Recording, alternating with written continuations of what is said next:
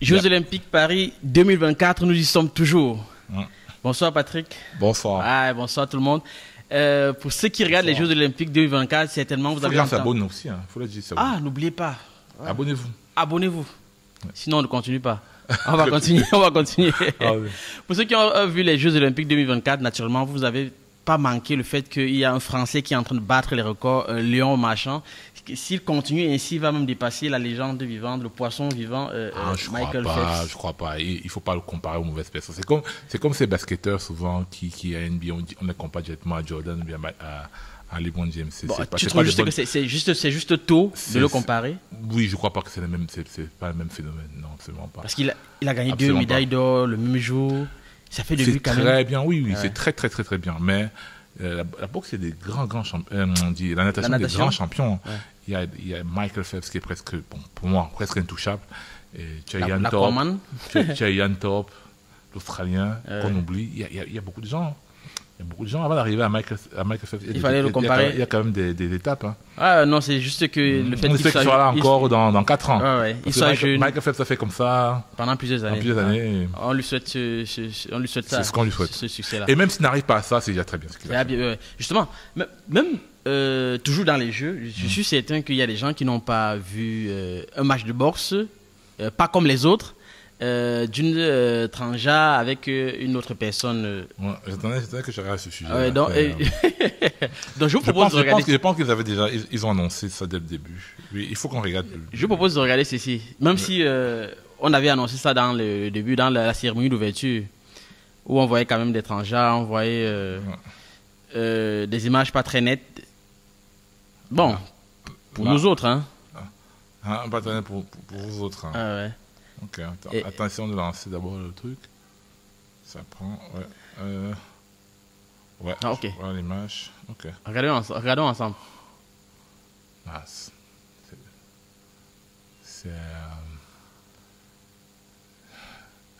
imagine que tu vois ta fille se fait laminer comme ça. Même quand entre guillemets, elle reste debout, il est plus grand, les épaules sont larges. Oui, ça c'est un homme, ça. C'est un homme. C'est vrai que de loin, les gens diront peut-être que non, les gabarits sont presque pareils. Les gabarits sont presque pareils, regarde. Regarde.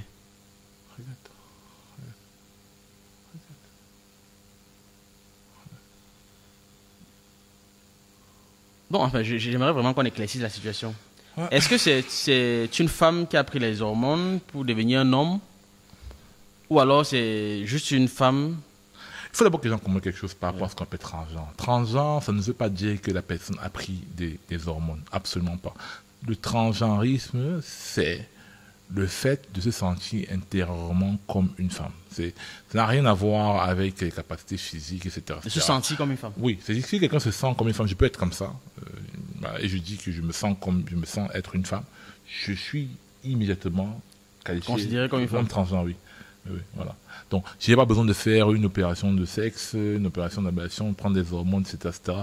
pour être qualifié de transgenre. Absolument pas. Parce que beaucoup de gens pensent que tous les transgenres sont des gens qui ont forcément eu une ablation des parties, etc. Non. Il y en a qui ont fait ce type d'opération-là, mais la majorité n'ont pas fait ce type d'opération-là. Donc, ça, c'est la première chose qu'il faut mettre de côté. Donc, quand on finit de parler de ça, maintenant, parlant de ce monsieur-ci, mais cette femme-là, il semblerait que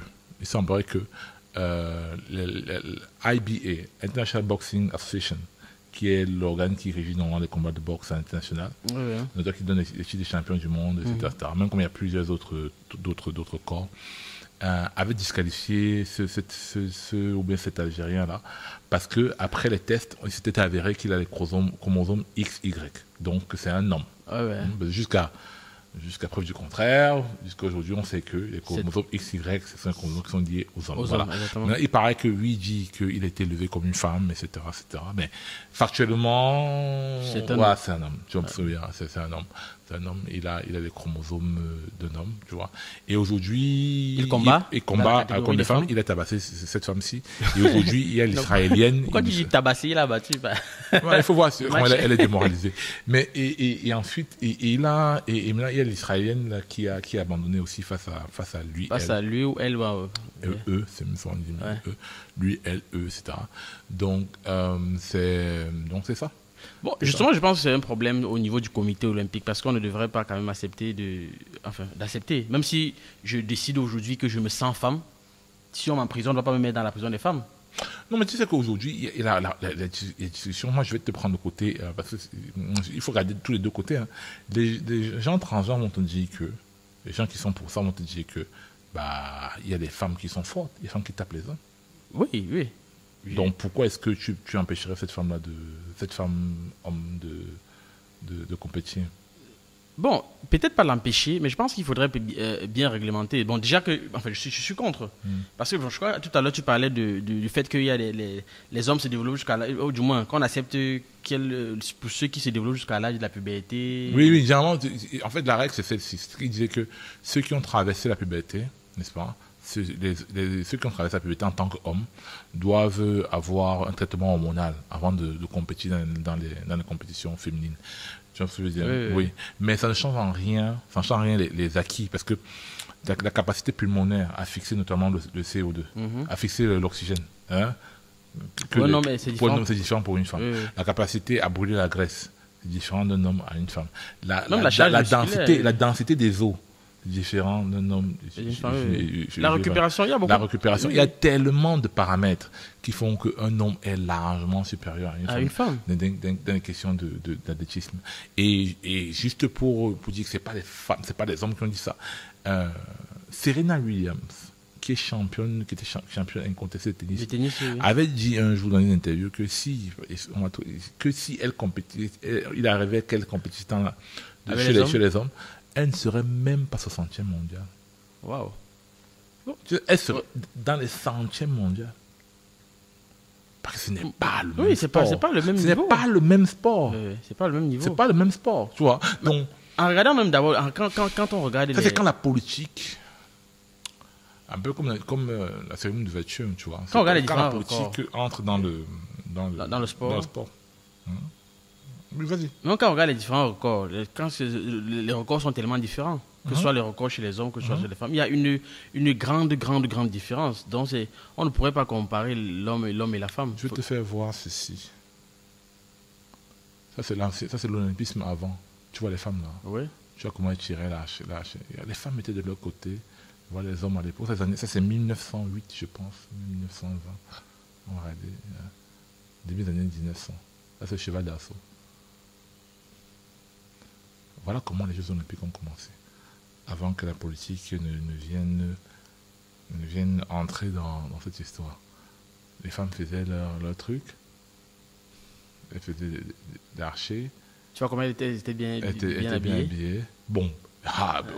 Faut pas dire dit ça, on dit que oh machin, je suis en train de amener un arriérisme chez les femmes. Non. Mais c'est qu'aujourd'hui c'est compliqué de dire des choses pareilles. Moi je trouve aussi qu'elle était bien habillée. Mais aujourd'hui c'est pas du tout. Oui, chacun et bon, même si j'ai l'impression que le mouvement olympique aurait dû peut-être bien revoir les choses, ce qui concerne même les habillements, ce qui concerne la participation des gens, parce que mettre des hommes dans la catégorie des femmes, c'est handicaper les autres femmes qui sont dans la même catégorie. On va dire que c'est inclusif. Non, la réalité, c'est que moi, je pense qu'on est arrivé au bout de l'exercice et les gens ont le droit de choisir quel modèle de société dans lequel ils vont vivre. Tu vois ce que je veux dire? Si le comité est international et qui tient compte du fait que, n'est-ce pas, chaque humain a le même poids sur Terre. C'est-à-dire que si on fait des élections mondiales, chaque humain, c'est un homme, une voix. Okay? Ces gens-là qui sont pour le transgenrisme, l'homosexualité entre guillemets outrance, etc., toutes ces choses-là, la sexualité d'abord, la sexualité outrancière, parce qu'elle n'est pas seulement du côté des homosexuels, la sexualité outrancière, tout azimut, que ce soit chez les homosexuels, les bisexuels, etc. Donc ces gens-là, généralement, ce sont les gens les Européens, les Occidentaux et les Américains. Les Américains, c'est 300 millions, tout l'Europe, c'est peut-être 400 millions de personnes, c'est 700 millions de personnes. Tout le reste, les Indiens, les Africains, les Chinois sont contre cela. Et vous faites une compétition et vous dites que cette compétition est internationale. Elle est supposée représenter tout le monde. Alors que la majeure partie de la Terre ne comprend pas que un garçon Ouais. en une compétition Oh, oui, il y a les femmes. où il y a des femmes. De la même manière que la majeure partie de la Terre ne comprend que les transgenres ou bien les drag queens qui étaient à la cérémonie d'ouverture ne représentent que 2, 3, 4% des sociétés. C'est là où ils existent. Comment est-ce qu'ils vont monopoliser toute une cérémonie d'ouverture? En quel nom? Au nom de qui? Est-ce que c'est une vraie question. C'est une vraie question et ça montre que on est dans une phase du monde où ces institutions internationales ne représentent pas la volonté des peuples. Ça ne représente que la volonté peut-être d'une certaine petite élite, certaines politiques dans certains endroits, mais ça ne représente pas la masse du monde qui veut. Et peut-être ce type de précédent, cela fait que peut-être, on ne sait pas, les Brics ont peut-être fait les Jeux Olympiques. On n'en sait rien. C'est pas quelque chose que nous souhaitons. C'est-à-dire qu'en termes de diviser le monde, c'est mieux que les gens soient ensemble. Mais ça, ce sont des choses qui amènent à ce que... Qui amènent à réfléchir. À réfléchir à ce que peut-être il faut que les gens commencent à aller vers chaque société devrait se protéger oui. de certaines... Parce que ça, c'est un envahissement. On nous impose même sans le vouloir. Parce que, naturellement, le fait qu'on le fait dans les médias, parce qu'à travers les films, ça se fait déjà, où on essaye de vendre une certaine culture... où nos sociétés commencent à un peu à accepter. Pour ceux qui ne savent pas, concernant les films, je vais pas te couper dans les films, il y a des fonds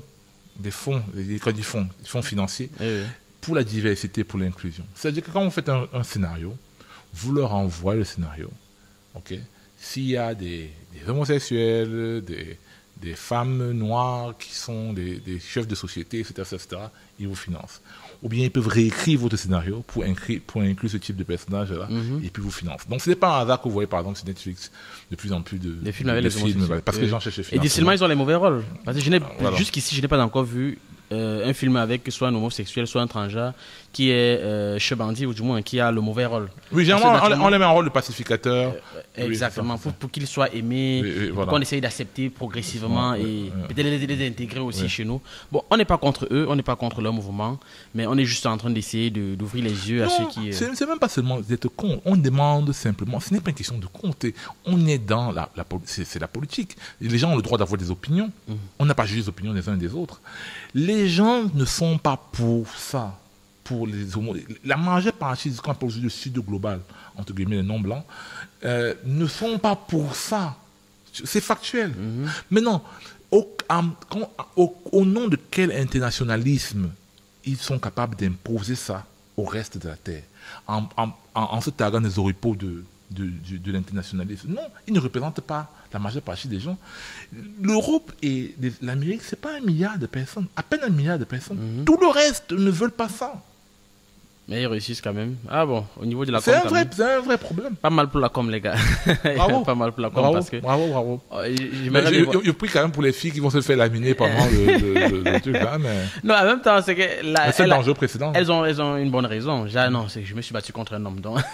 Mais tu te fais taper entre temps et peut-être tu peux mourir. Il y a des risques, il y a des vrais risques. Hein. Oui, parce que... Il y a des vrais risques. À la fin, comment ça, Mohamed Ali il avait eu Parkinson parce que le cerveau et tout. Et naturellement, il était dans une catégorie où les poids étaient bien mesurés. Il était avec les hommes. Imagine une femme qui se fait vraiment tabasser par un homme qui est vraiment plus... Parce qu'il est plus fort. Il y a les yeux qui sont plus durs. Et tout. Donc c'est vraiment... Juste pour aller dans ton sens, il y a eu ça même fait l'objet d'un film dans lequel il y a Will Smith et un docteur notamment qui a porté la charge à la NFL, football américain, pour justement le fait que les chocs répétés dans la NFL entraînaient des dommages certains chez certains athlètes. Il a réussi à démontrer ça. Et ça a permis que ces athlètes-là se fassent dédommager. Donc, il n'est pas exclu que ces athlètes-là qui se font taper par ce monsieur-là portent plainte, fassent une plainte collective au comité olympique pour les avoir exposés à des dangers, tu vois, qui n'étaient pas nécessaires et qui n'étaient pas mesurés. Tu vois ce que je veux dire? Oui. Donc, c'est possible. Et on ne serait pas surpris que certains de ces athlètes-là portent plainte. Oui, c'est avec cette information légale donc on va vous laisser. Et merci de nous avoir suivis jusqu'ici. N'oubliez pas de vous abonner, de partager, de commenter. Abonnez-vous. On a beaucoup de gens qui voient les vidéos mais qui ne s'abonnent pas. Abonnez-vous. Merci. Portez-vous bien. Ciao.